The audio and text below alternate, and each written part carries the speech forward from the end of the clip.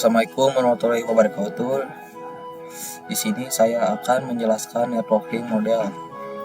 Di sini saya akan menjelaskan materi konsep TCP/IP model, encapsulation, decapsulation, name of TCP/IP messages, OSI layer model.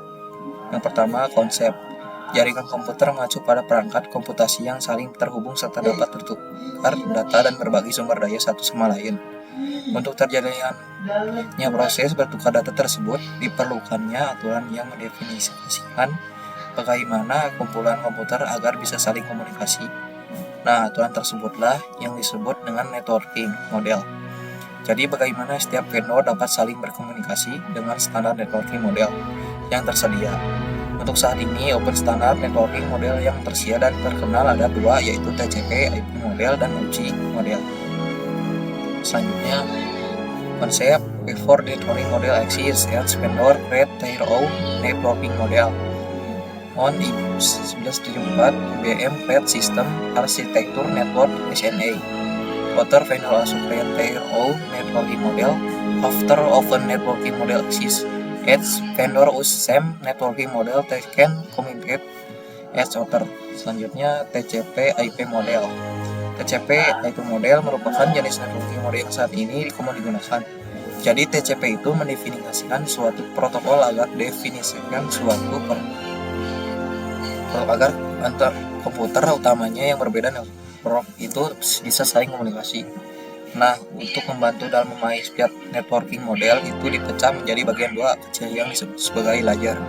Secara rekomendasi, TCP/IP model terdiri dari 4 layer, namun penerapan dalam network TCP/IP model lebih mudah untuk dibagi menjadi 5 layer, yaitu Application Transport Internet Network Access, Application Transport Network Link Physical.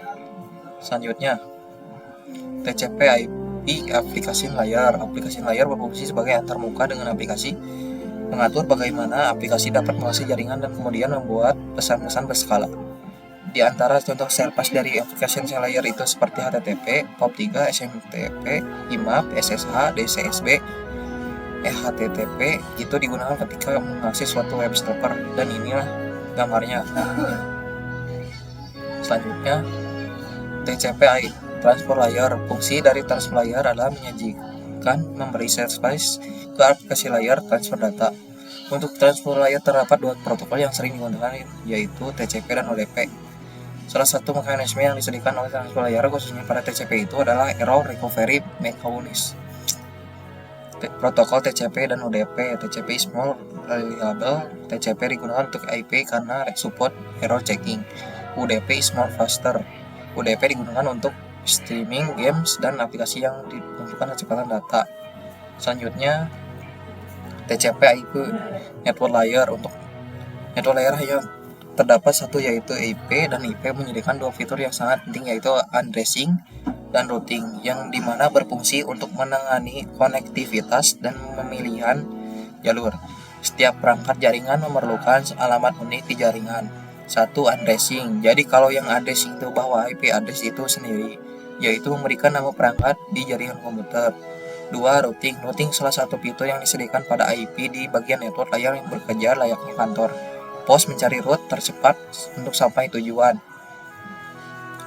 Selanjutnya, TCP/IP Data Link Layer Physical Layer. Data Link Layer mendefinisikan protokol yang dibutuhkan pada physical layer. Satu fitur Data Link Layer ialah PCS Frame Check Sequence, yaitu Error Detection Mechanism, hanya mendeteksi error tanpa recovery. Addressing yang digunakan data link layer adalah match address. Physical layer mendefinisikan cabling pada suatu jaringan komputer, mendefinisikan secara fisik apa yang digunakan untuk menghubungkan antar device. Selanjutnya, encapsulation dan decapsulation.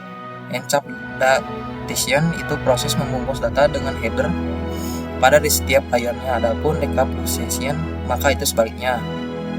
Selanjutnya, OSI model layer, dan ini yang terakhir. Terdapat 7 lapisan layer pada model OSI. Pertama, application layer, presentation layer, session layer, transfer layer, network layer, data link layer, physical layer. Lower layer berkaitan dengan unsur interface dan formation dan communication session 1 dan 4. Upper layer berkaitan dengan bagaimana data itu mengalir 5 sampai 7. Dan ini ada gambar lower dan upper layer. Oke, segitu saja penjelasan dari saya. Jika ada kesalahan kata yang saya tidak ketahui, mohon maaf atas kesalahannya. Wassalamualaikum warahmatullahi wabarakatuh.